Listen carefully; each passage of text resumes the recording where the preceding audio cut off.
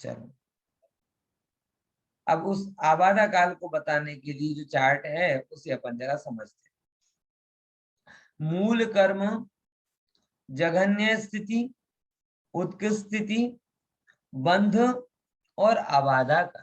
देखो, ज्ञानावर्णी कर्म है, ज्ञानावर्णी कर्म। अगर कोई आपसे पूछे कि ज्ञानावर्णी कर्म की उत्कृष्ट स्थिति कितनी है, देखो यहाँ एक बात समझना, ये बंधन के सापेक्ष स्थिति को बताया जा रहा है। यानी जीव एक समय में जब कर्म बंधन करता है तो मैक्सिमम कितना कर सकता है, समझे क्या कहा? एक समय में जीव जब कर्म का बंधन करता है तो मैक्सिमम कितना कर सकता है, ये बताने वाली बात है। बाकी अनेक समयों में बांधे हुए कर्मों का टाइम पीरियड तो अनंत काल हो सकता है कि नहीं हो सकता? अनेक समयों में बांधे हुए कर्म मतलब एक अभव्य जीव है, हर समय ज्ञानावरणी बांधता जा रहा है, हर समय मोहिनी कर्म बांधता जा रहा है, हर समय ना जाने कितने कर्म बांधता जा रहा है, बांधता जा रहा है, बांधता जा रहा है। तो बांधते बांधते उसके कितने कर्म हो जाएंगे? अनंत। तो यहाँ जो गिनती है वो यहाँ की गिनती मात्र और मात्र मतलब एक समय में बांधे हुए कर्मों के आधार पर है। एक समय में अगर आपने अपने परिणाम नहीं संभाले तो कितना भयंकर दंड हो सकता है। आज जब कभी अखबारों में ये आता है कि इसने ऐसे जघन्य अपराध किए, इसे 150 साल की सजा मिलेगी। कितने साल की सजा मिलेगी? 150 साल की। अमुक टाइम पे नहीं आता तो हम हंसते हैं, हमको ये लगता है देखो क्या बेवकूफी है साहब, 150 साल किसी की आयु होती है क्या? 10, 15, 20 साल का जीवन बचा है, 150 साल की सजा कैसे भोगेगा? लेकिन कर्मों में 150 साल नहीं, 150 सागर भी बनेंगे तो भी ये जीव भोगेगा। क्यों? क्योंकि कर्म इस शरीर को लेकर नहीं बनते, कर्म इस जीव को के साथ में बनते हैं। ये जीव जिस जिस अवस्था में जब जब जहां जहां जाएगा उस अवस्था में उस समय में उतने कर्म इसको बन जाएंगे। ख्याल में आया? समझे कि नहीं समझे? तो 150 साल क्या, 150 सागर हो, 150 सागर क्या, 1000 कूड़ा कोड़ी सागर भी हो तो भी इस जीव को भोगना पड़ता है। ख्याल में आया? ये कर्मों का हिसाब किताब है। इसीलिए जब जब भी कोई व्यक्ति पाप की वजह से घबरा कर ये सोचता है कि अपघात कर लेंगे, पाप से बच जाएंगे, भाग जाएंगे, गांव छोड़ देंगे, नगर छोड़ देंगे, मर जाएंगे, तो उसे लगता है कि मैं बच जाऊंगा, अब एकदम भूल में है। नहीं बचेगा वो, ऐसे नहीं बचा जाता, ऐसे नहीं बचा जाता। आत्मा के साथ बंधे हुए कर्म इस जीव को हमेशा दुख देते ही देते। इसीलिए तो कहा गया है कि दुखों से बचने का उपाय आत्मघात नहीं है, आत्म साधना। दुखों से बचने का उपाय संयोग बदलना नहीं है, स्वभाव का अवलंबन है। दुखों से बचने का उपाय धन इकट्ठा करना नहीं है, दुखों से बचने का उपाय जो ध्रुव स्वभाव है उस पे दृष्टि करना है। ठीक है, देखो जरा विचारा अपन ने, थोड़ा आगे बढ़ते हैं तो इसको चार्ट पे आए।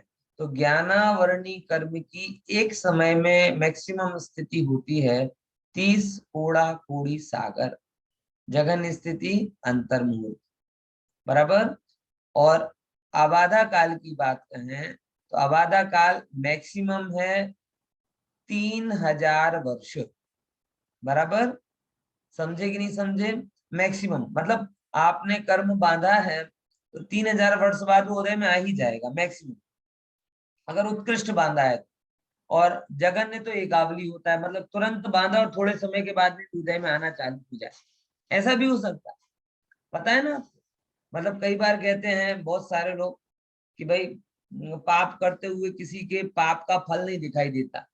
होता है ना कई बार ऐसा, होता है ना कि कई बार आपको लगता है कि ये जीव पूरा पापमय जीवन जी रहा है लेकिन उसे बाहर में कोई प्रतिकूलता नहीं दिख रही।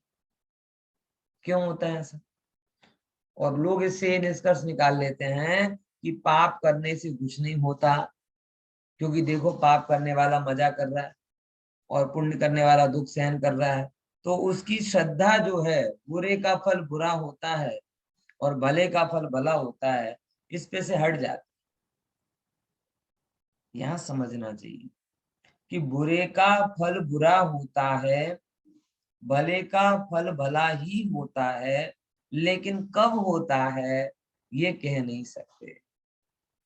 मतलब हो सकता है कि आपको भले का फल भला मिले और बुरे का फल बुरा मिले, और बुरे करने पर भी जो भला भला फल दिख रहा है वो किसी पूर्व के भले कर्म का फल होगा, और बुरे कर भला करने पर भी जो बुरा दिख रहा है वो किसी पूर्व के बुरे कर्म का फल होगा। लेकिन जीव उतावल करता है, उसे अकाउंट की एंट्री लगती है कि भाई यहाँ मैंने भला किया, यहाँ मुझे भले का रिटर्न मिलना चाहिए, यहाँ कोई बुरा कर रहा है उसको बुरे का रिटर्न मिलना चाहिए। मिलता है, मिलता है, लेकिन बीच में एक अबाधा काल नाम की व्यवस्था भी है, तुरंत नहीं मिलता। बराबर। इसीलिए ये बहुत गहरा श्रद्धान आपके अंदर में होना चाहिए, क्योंकि मैंने बहुत देखा है जीवों को, बहुत गहराई से मैंने समझा है, लोगों के अंदर में अश्रद्धा का भाव हो जाता है, सत कार्य के प्रति निष्ठा का भाव हो जाता है, और असत कार्य के प्रति आकर्षण उत्पन्न हो जाता है। इस जीव को जब फल नहीं दिखता तो वो सत्य के प्रति अश्रद्धा और असत के प्रति आकर्षण, ये दोनों काम उसको हो जाते। समझ में आया? हाँ, सत्य के प्रति अश्रद्धा और असत के प्रति आकर्षण, क्योंकि वो देखता है कि देखो ये सब पापी लोग सब पाप कर रहे हैं तो भी उसके पास धन की अनुकूलता है, और हम रोज मंदिर जा रहे कर तो भी हम दाने दाने को मोहताज हो रहे। अरे भाई धर्म मरम से कुछ नहीं होता, ए सबर खबरदार, उसे जो अनुकूलता हो रही है उसका कार्य कोई पूर्व सत्कर्म है, जिसका अबाधा काल अभी पूरा हो गया, और पाप करने पर भी करते हुए भी पुण्य का उदय दिखाई दे रहा है। मतलब पाप प्रकृतियों का अबाधा काल खत्म चल रहा है, और पुण्य प्रकृतियों का अबाधा काल पूरा हो गया है। इसीलिए पुण्य प्रकृति करते हुए दिखाई नहीं दे रही, लेकिन उदय में दिखाई दे रही, और पाप प्रकृति करते हुए दिखाई दे रही है लेकिन उदय में दिखाई नहीं दे रही, क्योंकि एक का अबाधा काल चल रहा है और एक का अबाधा काल पूरा हो गया है। ये करीब करीब वैसा ही है कि जैसे किसी के बाप दादे करोड़ों रुपए छोड़कर चले गए हो, बराबर। अब करोड़ों रुपए छोड़कर चले गए हो और वो प्रति महीने अपने धंधे में लाख रुपए का नुकसान कर रहे प्रति महीने, तो भी वो धनवान दिखता है। और कोई व्यक्ति है जिसके बाप दादा कर्जा छोड़कर गए हो, प्रति महीने वो लाख रुपए का फायदा करता है, तो भी वो पैसे से परेशान दिखता है। होता है कि नहीं होता है ऐसा कई बार? बताओ, देखा है ऐसा कि नहीं देखा? कई लोग जिनके माँ बाप कर्जा छोड़कर चले गए हों, बराबर, प्रति महीने वो लाख रुपए का फायदा करे तो भी वह कर्जे में डूबा हुआ दिखाई दे रहा है। और जिसके माँ बाप धन वैभव छोड़ के चले गए हैं, प्रति महीने वो लाख रुपए का फायदा करे नुकसान करे तो भी नफे में दिखाई देता है। लेकिन इसका ये मतलब नहीं है कि नफा नुकसान हो गया और नुकसान नफा। नफा तो नफा ही है, नुकसान तो नुकसान ही है, लेकिन अबाधा काल नाम की भी तो कोई चीज है। बोले कल આધાર કાર્ડમાં એકવાર ફિક્સ થઈ જાય પછી એની ચેન્જ થાય? आबादा काल लगभग लगभग चेंज हो सकता है, उदीर्णा के माध्यम से चेंज हो सकता है। जिसे अपन बोलते उदीर्णा, कि आगे जे उदय में आवવાનો હતો એ તમારા પરિણામોના નિમિત્તે ઝડપથી આવી ગયું, તો ઉદીર્ણા થઈ એ શું હતું? આબાદા કાલમાં કમી થઈ ગઈ, બરાબર ને? એ રીતે ચેન્જ થઈ છે। અને એવું થાય છે ઘણી વખત તમારો પાપનો ઉદય પાછળથી આવવાનો હોય, મગર તમે પાપ છૂટતા જ નથી, તો શું થાય कि क्या सुधी आबाद काल एक उदीर्णा थी जाए और પછી જીવ એવી દયનીય હાલતમાં પ્રાપ્ત થાય જેને શું કહીએ? आपको पता है सद्दाम हुसैन जब मरा पहला कैसा व्यवहार था उसका? टॉयलेट तक सोने का, सबको बता दें। टॉयलेट भी कैसा था? सोने का था। महल में रहता, बंकर में रहता, सब मतलब फर्स्ट क्लास, हाई क्लास। और मरा तो कितने टाइम तक कहाँ पे रहता था? वो इतनी 6x6 की जो होती ना सुरंग जैसी, वहां पे रहता। ओसामा बिन लादेन कितने सालों से वो एबटाबाद की एक घर से बाहर नहीं निकला, वर्षों तक। अब अभी क्या था? आप कोरोना में 14 दिन घर से बाहर नहीं निकले, मैं कहता हूँ आपको क्या हुआ? 2 महीने 3 महीने का लॉकडाउन लगा, क्या हुआ? यहाँ तो वर्षों तक वो घर से बाहर नहीं निकला, तो भी अमेरिका वालों ने ढूंढ लिया उसे, पता नहीं कैसे कैसे। है समझ में आया? अब इतने समय तक एक जगह में उदय में रहना, ये कैसे ठीक माना जाए? ये कर्म का उदय आ गया उनको। पहले बहुत विलास किए, अब ऐसा उदय में आया कि कुछ और है ही नहीं, बस पड़े एक जगह सुरंग से में। तो ये क्या हुआ कि जो उनका आगामी नरक में भी हिसाब किताब पूरा नहीं हुआ, नरक में जो भोगने वाले हैं वो तो बाकी है, लेकिन कर्म के उदय का अभी आना चालू। इसीलिए अब वो वेट नहीं करे, तुरंत के तुरंत उनको कुछ ना कुछ झटके मिलते जाए। और देखो, सत्कार्य करने पर भी आपको सुफल ना दिखाई दे तो सिर्फ इतना समझना कि भाई ठीक है, अभी पाप का उदय चल रहा है, ये हम यहाँ पे कर्जा चुका रहे हैं पुराना, कमाई तो कर रहे हैं, लेकिन कर्जा इतना ज्यादा है कि पूरी कमाई कहाँ चले जा रही है? हफ्ता भरने में चली जा रही है। पूरी कमाई जब अपन मकान का हफ्ता करते हैं ना, तब ऐसा नहीं होता कि 1.5 लाख की पगार हो और लाख रुपए का हफ्ता भराता हो, तो हाथ में आता कितना? 50,000। है तो ये होता है कि इंस्टॉलमेंट में पूरा का पूरा चला जाए। तो आप जब सत्कार्य करो तो आपको इस बात का भरोसा होना चाहिए कि भाई सत्कार्य का फल तुरंत मिल जाए, ऐसा नियम नहीं है, देर हो सकती है। बराबर? हाँ हाँ, चलो ये बात आई ख्याल में। तो आबादा काल मैक्सिमम कितना है? 3000, और जघन्य कितना है? 51। सेम बात यहाँ पर है। एक एक लॉजिक आप इसमें लगा सकते हो कि जितने कोड़ा कोड़ी सागर की क्या कहते हैं उत्कृष्ट स्थिति है, बराबर जैसे 30 कोड़ा कोड़ी सागर की है, तो यहाँ पर 3000 वर्ष, 570 कोड़ा कोड़ी है तो वहां 7000 वर्ष। वहां आप ऐसे करके समझ, जितने कोड़ा कोड़ी सागर है उतने हजार, मतलब के ना उसके 10वें हिस्से बराबर, 10वें हिस्से और उसके वर्ष बराबर वो उसकी आबादा काल होता है। जैसे 30 कोड़ा कोड़ी का 3000, 70 कोड़ा कोड़ी का 7000, फिर 30 कोड़ी का 3, ऐसे कर करके उसका आबादा काल मैक्सिमम होता है। और जघन्य काल उसका एक आवली। एक आवली मतलब क्या? आवली मतलब जघन्य युक्त असंख्यात समयों की एक आवली हुई। सरल भाषा में कहें तो ऐसे करके फेरने में जितना टाइम लगता है वो एक आवली। और वो कितनी होती है? जघन्य युक्त असंख्यात समय प्रमाण। ठीक है, बराबर ना? ऐसी उस आवली। हाँ बोलो दिनेश। કોઈને 20 કોડાકોડી સાગરોપમ का उसकृत स्थिति बनता 2000, वो टाइम 2000। तो 2000 होगा ना? हाँ बस वही बोल। 10 कोड़ा कोड़ी तो 1000, ऐसे ही लॉजिक। अच्छा हाँ लेकिन आयु कर्म में चेंज है। देखो आयु कर्म में बता,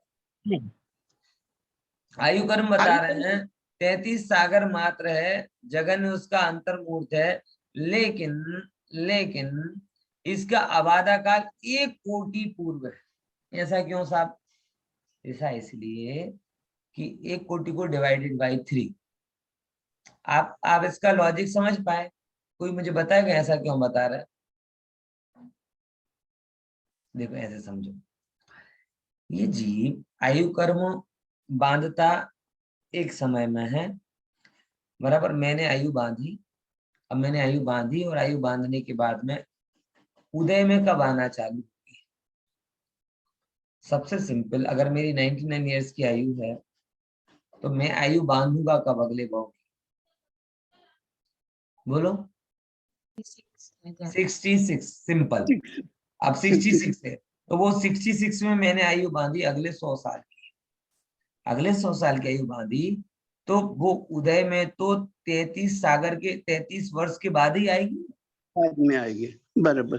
बराबर। हाँ ऐसे यहाँ पे बराबर। जो 33 सागर की आयु भी है, लेकिन वो 1 कोटि पूर्व के बाद, देखो ऐसे समझो उसको कि जे आयु बांधी ना 33 सागर मात्र अंतर में, वो कब उदय में आएगी, तो जितने समय में बांधी हो उसके 1 कोटि पूर्व भाग्या 3, 1 कोटि पूर्व भाग्या 3, ये उसका उत्कृष्ट स्थिति बन आ जाएगा। क्योंकि मैक्सिमम इसकी आयु होती है 1 कोटि पूर्व, और 3 भाग से कर दोगे डिवाइड तो तीसरा हिस्सा निकल जाएगा उसका, अच्छा अच्छा, उत्कृष्ट। है ना, इस प्रकार से उसकी। और जगन्य कितनी होती कि अभी बांधे और अभी उदय में आ जाए, आवली और असंख्यात, ऐसे कर। स्वामी वाह। कौन कौन, हाँ देखो, अब अभी इनकी सबकी तो आ गई समझ में। अब इनके स्वामी कौन कौन होते हैं, उत्कृष्ट आयु किनको बनती है, संगनी पंचेंद्रीय पर्याप्त मिथ्या दृष्टि उत्कृष्ट आयु को सकल संयमी भी बांध सकता है। कि मिथ्यात्व जो 7वें नरक की आयु है उसके लिए संगनी पंचेंद्रीय पर्याप्त तक होना जरूरी है, और ऊपर की अच्छी आयु को सकल संयमी भी बांध सकता है। 33 सागर की आयु अगर बंधेगा तो कौन बांधेगा बताओ, हर कोई तो नहीं बांध पाएगा, कौन बांधेंगे, सकल संयमी महाव्रती ही बांधते हैं। तो वो बात यहाँ पे ली गई। आगे फिर क्या कहते हैं, जघन्य आयु, तो आयु बिना शेष जो है चपक श्रेणी में जघन्य रहते हैं। आयु 63 मनुष्य व 63 की होती है, ये इनकी जघन्य स्थिति बन। खैर ठीक है, इसमें अभी ज्यादा विस्तार में नहीं जाते, सामान्य समझ लो, विस्तार बाद में करेंगे। देखो अब क्या कहते हैं, आबाधा काल का थोड़ा अर्थ करते हैं। आबाधा, जितने काल तक कर्म फल नहीं देता, जितने काल तक कर्म फल नहीं देता उतने काल को कौन सा काल कहते हैं, अबाधा काल।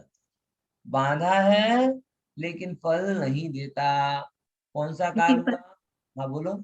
એમાં આ બાધા છે કે અબાધા છે? दोनों। કરેક્ટ. કરેક્ટ પ્રોનાઉન્સિએશન માં જો આમાં શું લખ્યું છે, અબાધા કાલજાત, આ બાધા એટલે અસમંતાત બાધા, આ બાધા જાવ, બરાબર, કે જેમાં બાધા પડેલ છે ચારે બાજુથી, એ આ બાધા, ठीक है ना। हाँ, तो जितने काल तक कर्म फल नहीं देता उसे आबाधा काल कहते हैं।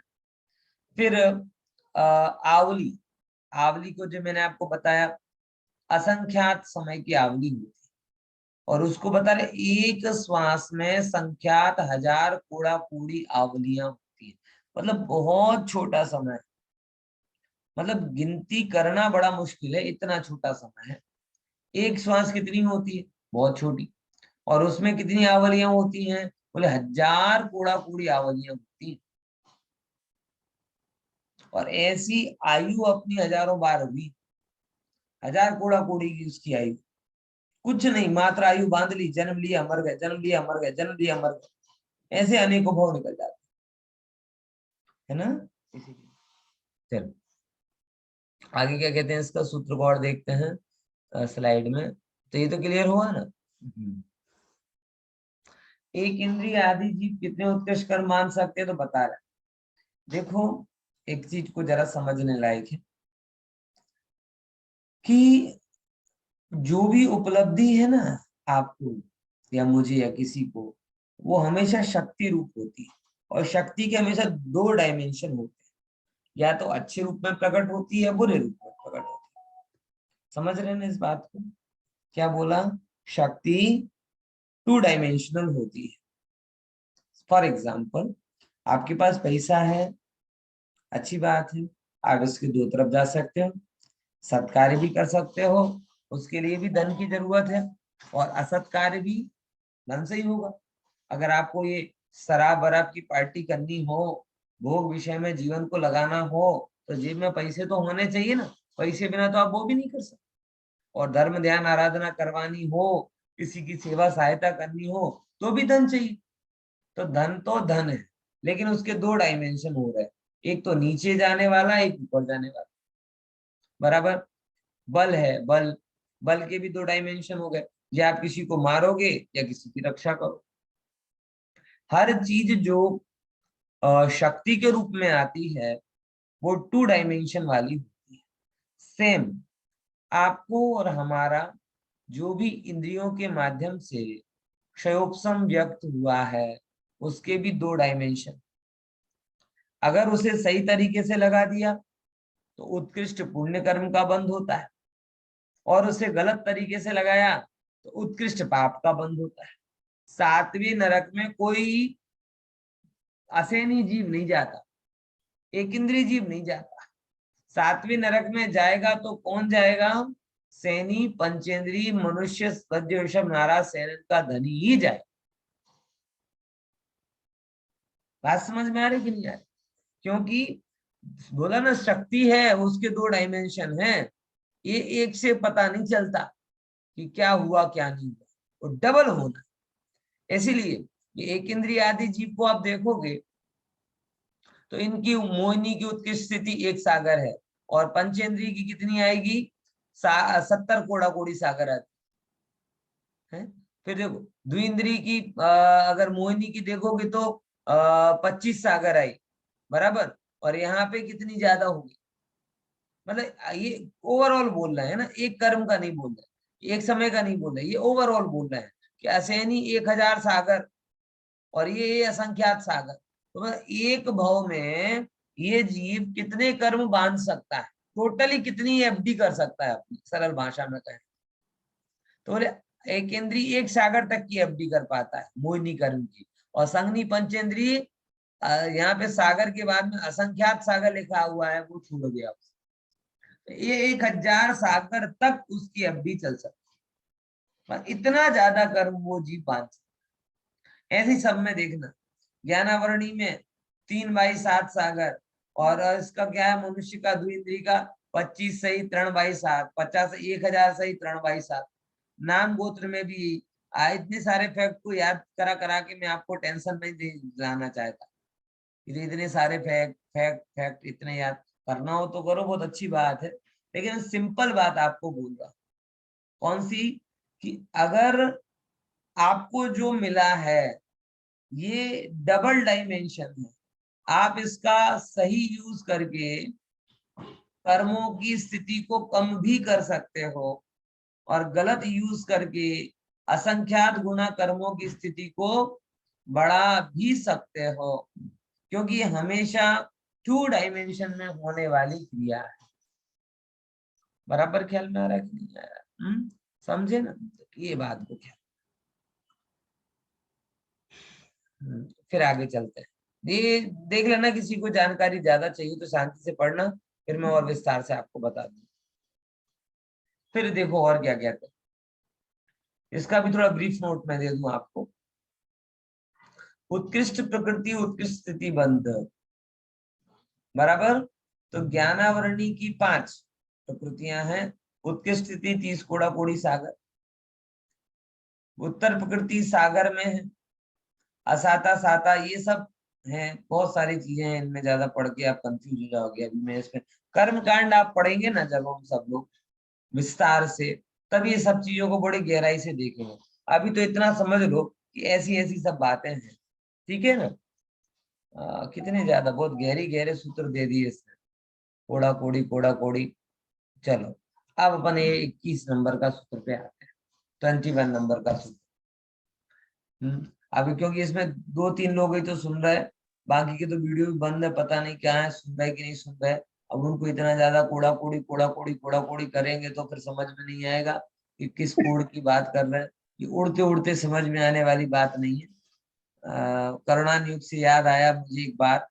आज के ही दिन जो एक करुणान युग के अपने गुरुदेव के बाद में करुणान युग के सबसे बड़े विद्वान जिन्हें माना जाता है मुमुक्षु समाज में, किशन चंद जी अलवर वाले, आज ही दोपहर को उनका देह विलय हुआ। शायद कुछ लोग जो पहले के समय से शिविर में जाते हो जयपुर के, उन्हें ये बात पता होगी कि किशन चंद जी अलवर वाले अद्भुत विद्वान थे कर्णानुरूप के, असाधारण विद्वान। बराबर। आज ही उनका एक पूर्ण आयु के बाद में देह विलय हुआ। हमारे शास्त्रीय परिवार में तो जिन जिन लोगों ने पढ़ा है वो तो बहुत भाव भीनी श्रद्धांजलि दे ही रहे, लेकिन हम सब लोगों का भी दायित्व बनता है कि ऐसी महान विद्वान आत्मा के अभ्युदय के लिए हम अंदर में प्रार्थना करें कि शीघ्र ही वो जैसा उनका सूक्ष्म ज्ञान था वैसा ही उनका सूक्ष्म परिणमन होवे और वो अल्प काल में मोक्ष की प्राप्ति करे। ऐसी भावना हमारे साथ होनी चाहिए। ठीक है, चलिए। और हाँ, यहाँ पर ही और आज दूसरी बात भी है, याद प्रकरण आया है तो कह ही देता हूँ। आज आज एक और घटना है। कौन सी? हाँ, काल श्रीम का देह विलय हुआ था आज। काल धर्म श्रीम का इस काल के चमत्कार थे, ऐसा समझ लो श्रीमद जी। इस काल के चमत्कार, मैं तो कभी और ज्यादा चीज में तो कंपैरिजन नहीं करता, एक ही चीज में मैं उनसे ज्यादा हूँ। बताओ कौन सी? हाँ है, मैं और कोई चीज में नहीं, लेकिन एक चीज में उनसे ज्यादा हूँ। वो कौन सी? आयु। वजन। हाँ, वेरी गुड। चिल्ला मैंने दूसरा भी बोल दिया, वजन। ऐसी नकामी चीजों में हम बोल रहे हैं ज्यादा उनसे। बाकी इतनी कम आयु में, 32 साल की आयु में कैसा काम वो कर गए, ये कल्पना से परे है। अपने को तो 32 साल की उम्र तक तो होश ठिकाने आता, 32 साल की उम्र तक तो अपना होश ठिकाने आता है, कुछ कुछ समझ पड़ती है कि क्या है। नहीं तो हम तो दौड़ते ही रहते, और 32 साल की उम्र वो अपना काम पूरा करे। मतलब ये जो कहते हैं ना कि उम्र के हिसाब से समझदारी आती है, उम्र के हिसाब से, ये सब बहुत ऊपरी ऊपरी बातें हैं। बराबर। जिनको समझदार होना होता है वो बचपन से समझदार हो जाते हैं, और जिनको समझदार नहीं होना वो जिंदगी भर समझ से उधार रहते हैं, समझदार नहीं। बराबर, पूरी जिंदगी। और आजकल का जो ट्रेंड है ना बाको बेबी बनने का, वो ट्रेंड में समझदारी का स्कोप ही नहीं है कि नहीं है। ये एक जो समय के पहिए को उल्टा घुमाकर सत्य को पलटने की जो भयंकर कोशिश चल रही है, उसमें समझदारी का स्कोप ही नहीं है। दादा को डूड बनना है और बा को बेबी बनना है। कहाँ मेल पड़े भाई, कहाँ मेल पड़े। समझो, समय की गति को समझो। काल निकल जाएगा, फिर हाथ में कुछ नहीं रहेगा। महान महान आत्माओं को भी आत्म कल्याण के लिए पर्याप्त समय नहीं मिल पाता, अपने को मिल गया है, इससे महान पुण्य का उदय क्या होगा। और ऐसे समय को पाकर के भी हम अपनी पूरी एनर्जी किसमें लगा देते हैं? बस 2 इंच कमर कम करने में लगा देते हैं और कर्म का पोटला बांधते रहते हैं। इतनी समस्या है क्या बात? तुम्हें 2 इंच भारी लगता है, ये असंख्यात कोड़ा कोड़ी सागर भारी नहीं लगता है। एक तरफ श्रीमद जी जैसे 32 साल की उम्र में देह छोड़ दिया, और 32 साल की उम्र में ऐसी क्रांति करके गए कि आज भी उनके पत्रों को पढ़कर, उनके पद्यों को पढ़कर, उनके काव्य को पढ़कर जो देखो वो मुग्ध हो जाता है। क्या जैन क्या अजैन, सब लोग। समझ में आया कि नहीं है? इसीलिए अपने जीवन को आयु कर्म की वो मत समझो, अपने जीवन को आत्मोपलब्धि का अवसर समझो। श्रीमद जी का जीवन मुझे तो इस मामले में बहुत प्रेरित करता है कि कैसे 32 साल की उम्र तक तो अपन मतलब रखड़ने खेलने कूदने की उम्र मानते, उस समय उन्होंने कैसा अद्भुत काम कर दिया और सारे संसार का कल्याण कर। बराबर। और अपन कहते नहीं नहीं अभी तो धर्म के लिए बहुत समय है, अभी तो बहुत समय है, अभी तो कल करेंगे ना परसों करेंगे, अभी तो बाल भी सफेद नहीं हुए, अभी तो भाई बच्चे बड़े नहीं हुए, अभी तो ये नहीं हुआ, अभी तो ऐसे करते करते टालते जाते टालते जाते टालते जाते। और फिर एक समय ऐसा आता है कि जब क्या कहते हैं ना कि अभी कहता समय नहीं है, समय कहते हैं ना, एक बड़ी सुंदर सी बात कि जब छोटे होते हैं तब कोई पूछे नहीं, अपना आत्मकल्याण का समय आएगा, अपना समय आएगा आएगा।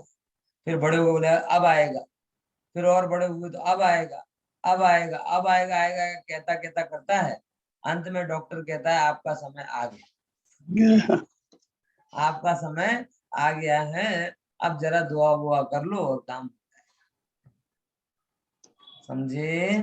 ध्यान से समझना भाई। ओके, तो चलो, तो इन दोनों महान आत्माओं के प्रति भावभीनी श्रद्धांजलि है कि ये दोनों आत्माएं अल्प काल में ही अपने संसार चक्र को हटा करके परम मुक्ति की प्राप्ति करें।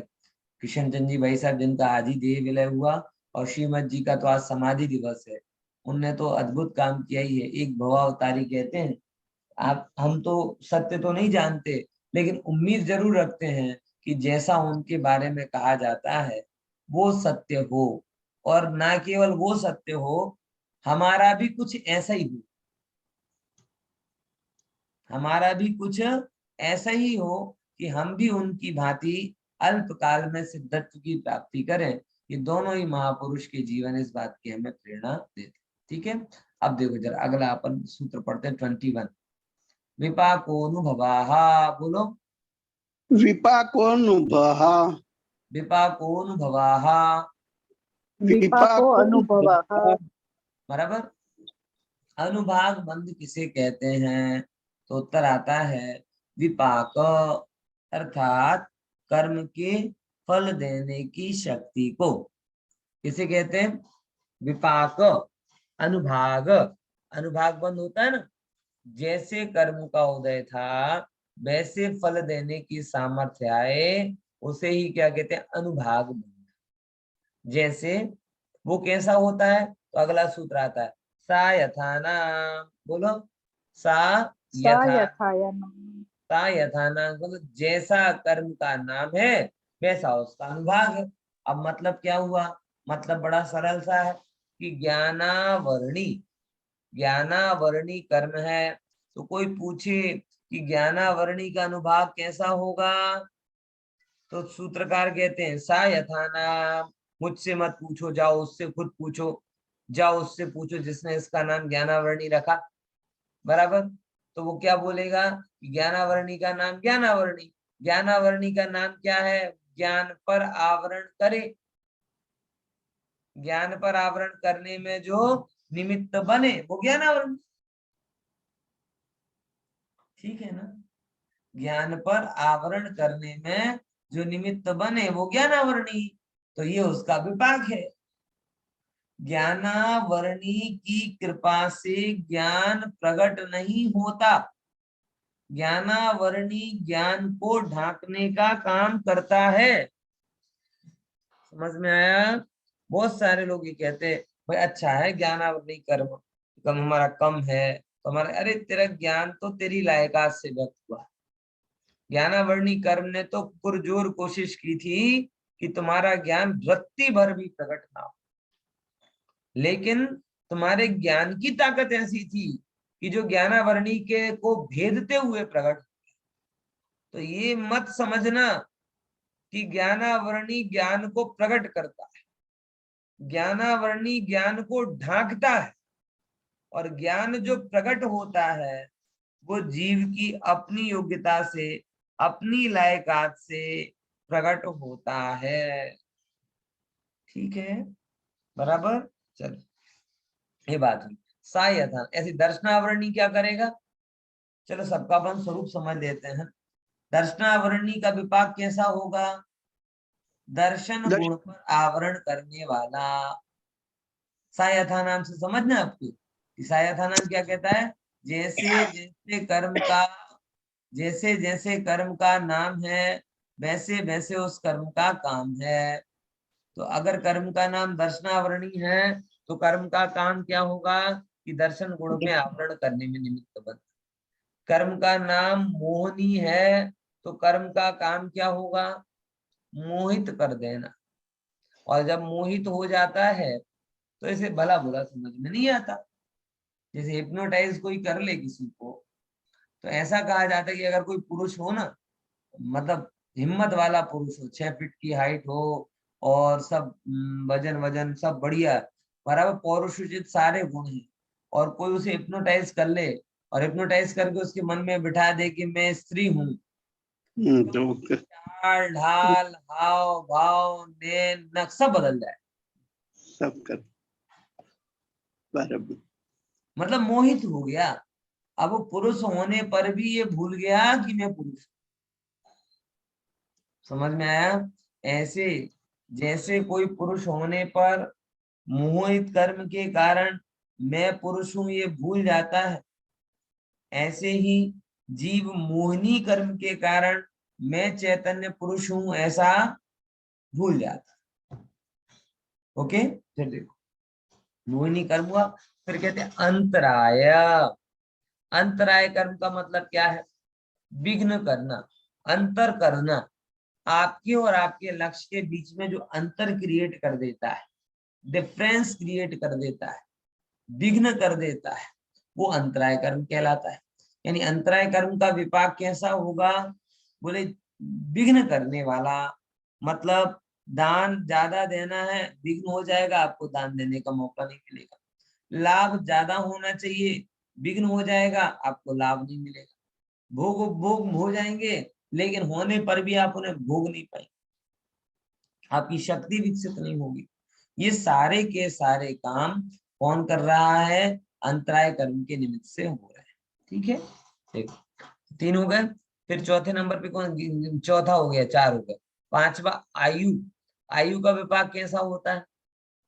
आयु कर्म का विपाक कैसा होता है? बोले जिस शरीर में रहेगा वो उसका विपाक, बराबर जिस शरीर में रहे उस प्रकार का होगा। आवाहन आपका मतलब क्या ना, उस शरीर में रहने रूप विपाक उसका रहेगा। फॉर एग्जाम्पल 33 सागर की आयु है, मतलब क्या हुआ कि ये आत्मा 33 सागर तक उस शरीर में रहे। आयु कर्म मतलब क्या बोला? आयु कर्म की तुलना किससे की जाती पता है? किससे की जाती है बताओ, कुछ याद आ रहा है? हथकड़ी, हाँ बेड़ी बेड़ी बेड़ी, बेड़ी कि हाँ, जिस बेड़ी बेड़ी के नाम से बेड़ी पड़ गई उस अवस्था में ही वो जीव पड़ा रहेगा। अगर ये अवगाहना आयु कर्म का ऐसा हुआ कि मनुष्य देह की बेड़ी बन गई, तो जब तक बेटा मरोगे नहीं तब तक इस मनुष्य पर्याय को, इस मुर्दे को ढोना ही पड़ेगा। बोलो, रामचंद्र जी मुर्दे को ढो रहे थे, ये बात सही की गलत? बोलो, पता है गलत। ना? पता हाँ है ना? गलत। हाँ। और हम मुर्दे को ढो रहे हैं, ये बात सही की गलत? सही सही आएगी नहीं बात समझ? अब देखो सारा जगत कहता है कि राजा राम लक्ष्मण की मृतदेह को लेकर ढो रहे थे, बराबर, और सारे ज्ञानी कह रहे कि ये सब आत्मा को जाने बिना इस मुर्दे शरीर को ढोता फिर रहा है। और राम तो उसको ढो रहे थे तो भी उदय भले ही तीव्र हो, लेकिन वो अंदर में श्रद्धा उनका बरकरार था, मिथ्या दृष्टि नहीं हुई। ऐसे ही हम लोग भले ही मंद कसाय वाले हों, लेकिन श्रद्धा में चूक गए। तो राम जी मुर्दे को ढो रहे थे, ये कंडीशनल सत्य है, और हम मुर्दे को ढो रहे हैं, ये अनकंडीशनल सत्य। बराबर। रामचंद्र जी अभिप्राय में सही होने पर भी तीव्र हृदय के वशीभूत होकर मृत शरीर को बेयर कर रहे थे, और हम अभिप्राय में रहित हैं तो हम इस मृत शरीर को ढो रहे हैं। तो अगर राजा राम का दृष्टांत आप देते हो मोह के लिए, तो अपने गिरेबान में भी झांक कर देख ले। वो तो 6 महीने से ढो रहे हैं और हम अनंत काल से ढो रहे हैं। उन्हें तो एक टकोर मिली तो सुधर गए, हमें तो बार बार टोका जाता है तो भी हम सुधरते नहीं, तो भी हम मोह में राम का दृष्टांत तो दे देते हैं, अपना मोह हमें ध्यान में। समझ में आया? तो ये आयु कर्म के कारण यह आत्मा इस मुर्दे शरीर को ढोता है, ठीक है ना, ये उसका फल। फिर आयु नाम, नाम मतलब क्या, मैंने आपको पहले बताया था। नाम मतलब नेम नहीं, नाम मतलब शरीर। नाम मतलब क्या होता है? शरीर। शरीर। तो जिस कर्म के उदय से ये शरीर बनता है, तो इसका विपाक कैसे होगा, किस में जाएगा? नाम कर्म का विपाक शरीर में जाएगा, सायथाना।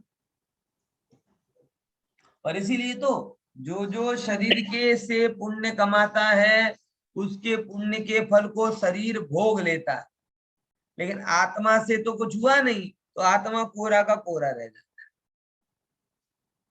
मतलब शरीर के द्वारा अर्जित किए हुए पुण्य को शरीर ही भोगता है, आत्मा भोगता नहीं।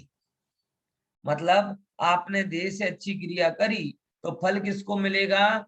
कि आपकी देह बड़ी सुंदर बन जाएगी, आपकी देह आरोग्यवान बन जाएगी, आपकी देह और पर्याय का क्या कहते हैं, जगह जगह बखान होने लगेगा, पर उससे आपको आत्मा की शांति मिलने वाली नहीं। मैंने बड़ी गहराई से करीब लोगों से सफल, तो करीब से मैंने सफल लोगों को देखा है, और सफलता में छिपी हुई जीवन की असफलता को महसूस किया, और असफलता में छिपी हुई परम सफलता का आनंद भी लिया। विचार करो, हमारी सफलता की पैरामीटर क्या है? हमने देखा, अब किसी ने पैसे कमा लिए, हम कहते सक्सेस मैन, सक्सेस एंटरप्रेन्योर, बराबर। किसी ने प्रसिद्धि पा ली, ये बहुत बढ़िया आदमी, पैसा पा लिया, बहुत बढ़िया आदमी, नौकरी वोकरी अच्छी लगी। मतलब सफल होने में जो असफलता होती है उसको हम भूल ही जाते। पूरा नरभव दाव पे लगा है, दिन रात चिंता है, अधीरता है, आकुलता है, एक क्षण के लिए भी हास्य का भाव नहीं, तो भी मूर्ख राम है, मैं सक्सेस, मैं सक्सेस, मैं सक्सेस का गुणगान गाता रहता। नहीं लगता आपको गड़बड़ घोटाला? बड़ी गहराई से कि जितने बड़े बड़े सफल सफल सफल सफल व्यक्ति आपको दिख रहे हैं, वो सारे के सारे सफल होने पर भी जीवन में टोटली असफल। शरीर उनका बिगड़ा, परिवार उनका बिगड़ा, आत्मा की शांति उनकी बिगड़ी, 10-50 प्रकार की दवाइयां चल रही हैं। क्या सफलता है तुम्हारी? जीवन को तो हार गए। जीवन को हारने वाला जीवन में सफल को महसूस हो किस काम का? इसीलिए सफलता आत्मानुभव में है, बाकी सब तो विफलता है, और विफलता कैसी भी हो अच्छी होती नहीं। ठीक है ना? बराबर समझ रहे कि नहीं समझ रहे?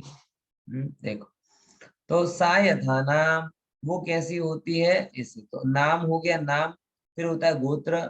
जो गोत्र का भी अर्थ किया, तो जैसा नाम है इफेक्ट भी वैसे का वैसा ही होता है। थोड़ा और इसको समझ लो। अनुभाग क्या है तो बताते हैं। अनुभव विविध प्रकार के फल देने की इच्छा का पढ़ना। कर्मों में अलग अलग प्रकार से फल देने की इच्छा होती है, इच्छा तो नहीं होती, लेकिन उसकी कैपेसिटी होती, और उस कैपेसिटी को अनुभाग कहते हैं। इच्छा नहीं होती कर्मों, कर्म कोई इच्छा पूर्वक फल नहीं देते। ज्ञानावरणी कहता है, देखो देखो तू अब मेरे चक्कर में, अब मैं तुझे ऐसा फल मजा चिखाऊंगा, तेरी नानी याद आ जाएगी तुझे, ज्ञान ही नहीं होने दूंगा, अवर्ण बना दूंगा तुझे। मोहिनी कह रहा है, तुझे क्रोध में ही फंसा के रखूंगा, तुझे शांति का अनुभव ही नहीं करने दूंगा। है आ रही कि नहीं आ रही बात समझ? इसीलिए यहाँ कह रहे हैं कि देखो, कोई किसी को किसी भी प्रकार से फल देता नहीं है ना, सब अपने अपने फल को भोगते हैं। स्वयं किए जो कर्म शुभ शुभ, फल निश्चय ही वो देते, करे आपको फल दे अन्य तो स्वयं किए निष्फल होते, है ना। इसीलिए अब किस रूप होते हैं वो, फल कैसे देते हैं? बोले फल अपने अपने रूप देते हैं। अपने अपने रूप देते हैं मतलब कैसे, कि जैसा जैसा नाम है वैसा वैसा फल दे देते हैं। फिर फल देने के बाद में क्या होता है उन कर्मों का, ततश्च निर्जरा, उन कर्मों की निर्जरा हो जाती है। वो कर्म जीव के साथ साथ चल रहे थे, फल दे दिया, कर्म अपने रास्ते, जीव अपने रास्ते, समझ में आया। वो क्या हो गई उसकी निर्जरा, फल देने के बाद कर्म निर्जरित हो जाते हैं। फिर ये हुए 3-4 बातें इसकी हो गई क्लियर कि। हाँ बोलो दिनेश भाई। हाँ, ये किसकी इच्छा की बात करते हैं? इच्छा यहाँ पे लिखा है वो शब्द प्रॉपर नहीं, मैं यही बोल रहा हूँ। અહીં તો नहीं એક है। શબ્દ લખેલ છે, એમાં કોઈની ઈચ્છા નથી, જીવને ફલ લેવાની ઈચ્છા નથી ને કર્મને ફલ આપવાની ઈચ્છા નથી, તો बराबर। સહેજ નિમિત્ત નૈમિત્તિક સંબંધ છે। આ બીજો અધ્યાય મોક્ષના પ્રકાશકમાં છે ને, કે જેમ જેમ શું કહેવાય કે રાત્રિમાં કોઈ ચકવા ચકવીને ભેગો કરી નથી દેતો અને દિવસમાં કોઈ એમને જુદો કરી નથી દેતો, આપોઆપ એવું થાય છે એમ बराबर। કોઈને વસ્તુ આપતા નથી અને કોઈની વસ્તુ લેતા નથી તો પણ એ આપોઆપ બધું થાય છે। इच्छा शक्ति ना जीव में अच्छा। हाँ ना कर्म में है और ना जीवों को भोगने की इच्छा, लेकिन इच्छा बिना भी, जैसे सूर्य को तपाने की इच्छा नहीं है लेकिन सूर्य में तपन तो है, आदमियों को तपने की इच्छा नहीं है, पसीना नहीं है ऐसी इच्छा नहीं है, लेकिन गर्मी में जाएगा तो लीकेज तो हो गई होगा। तो निमित्त नैमित्तिक बोला सकते हैं क्या? निमित्त नैमित्तिक ही है, अच्छा। कर्म के साथ जीव का संबंध कर्ता कर्म का है ही नहीं, निमित्त नैमित्तिक का ही है। ठीक है बराबर। देखो, अब फिर क्या कहते हैं, फल देकर क्या होता है उस कर्म का खिरना हो जाता है, उसे अपन निर्जरा अनुभाग बंद कहते हैं। अब विपाक क्या कहलाता है, विपाक शब्द कई बार आपने सुना हो, वि अर्थात विशिष्ट अथवा अलग अलग प्रकार के, नाना प्रकार के, पाक मतलब उदय को विपाक कहते हैं, बराबर। गुजराती लोग तो पाक के नाम पर सियाला में पहुंच जाते हैं, अड़दियो पाक, सालम पाक, ऊंदर पाक, बराबर, ज्यादा हो तो दूध पाक समझे कि नहीं समझे? पकाया जाए जिसे क्या किया जाए, पकाया जाए। तो कर्म को भी हम बड़े भयंकर तरीके से पकाते, 8 के 8 कर्म बनते हैं और सारे कर्म अपने आबादा काल में पकते रहते हैं और पकने के बाद उदय में जाते हैं। उसे ही क्या बोलते हैं, विशिष्ट प्रकार से फल दिया सो नाम आया विपाक। क्या नाम आया उनका, विपाक। अब देखो फिर आगे क्या बोला, पाक मतलब उदय को विपाक कहते हैं, विपाक ही अनुभाग या अनुभव बंध कहलाता है। कर्म का जो इस प्रकार का विपाक हुआ उसे ही हम क्या कहते हैं, अनुभाग बंध कहते हैं। ठीक है ना। देखो कैसे परिणाम, कैसा शुभ परिणाम में पुण्य में अधिक और पाप में कम, कैसा अनुभाग बंध होता है कि अनुभाग बंध पुण्य में अधिक शुभ परिणाम का होता है और पाप में कम शुभ परिणाम, और अशुभ में क्या होता है, पुण्य में कम और पाप में अधिक। बड़ी सिंपल सी बात, सिंपल सी बात है कि कठिन, कि भाई जैसे कर्म करोगे, शुभ शुभ कार्य कर रहे हो बराबर, तो शुभ कार्य में शुभ का अधिक अनुभाग बढ़ेगा और पाप का कम, और अशुभ कार्य करोगे तो पाप का अधिक और पुण्य का कम। सिंपल, शक्कर डालोगे मिठास बढ़ेगी, मिर्ची डालोगे तिखास बढ़ेगी, ये तो नियम है ना, दीवा जी बात। ऐसी यहाँ पे सब बातें कही गई। चलो इतनी चर्चा अपन रखते हैं, और क्या है का स्वमुख, चलिए अपन इसको अपन अगली क्लास में देखें। ठीक है, आज इतनी चर्चा रखते हैं। जय जिनेन्द्र। जय जिनेन्द्र। जय जिनेन्द्र सर। जय जिनेन्द्र। जय।